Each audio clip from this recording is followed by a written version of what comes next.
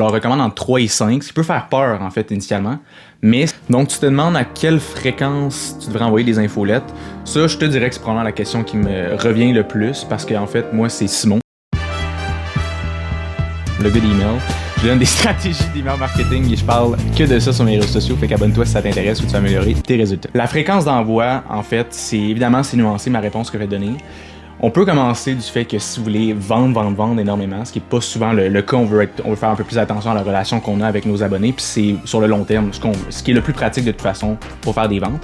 Aux États-Unis, il y en a beaucoup qui font un courriel par jour. Moi, j'ai beaucoup appris sur le marché américain en premier. Évidemment, sur le marché québécois, on s'adapte. Je te dirais que pour mes clients, souvent, je vais recommander les plus gros clients, ceux qui ont ils font beaucoup de publicité Facebook, font des réseaux sociaux, etc. Je leur recommande entre 3 et 5, ce qui peut faire peur, en fait, initialement, mais c'est basé sur les stratégies américaines adaptées pour le marché du Québec. On n'oublie pas que c'est des courriels de valeur, des courriels intéressants. Les gens, ils sont pas obligés de les lire, puis il y en a qui vont aimer recevoir tes infolettes. Puis si ça donne pas aujourd'hui, ils l'ouvrent pas, c'est pas plus compliqué que ça. Fait qu'entre 3 et 5, c'est un point de départ vraiment pas adapté à toutes les industries. Par exemple, si on parle d'un courtier immobilier, ça se peut que moi, personnellement, ça me tente pas d'avoir 3 courriels sur l'immobilier puis ce qui se passe sur le marché à chaque semaine. Peut-être qu'une par mois, ça peut être intéressant. 2, faut s'adapter.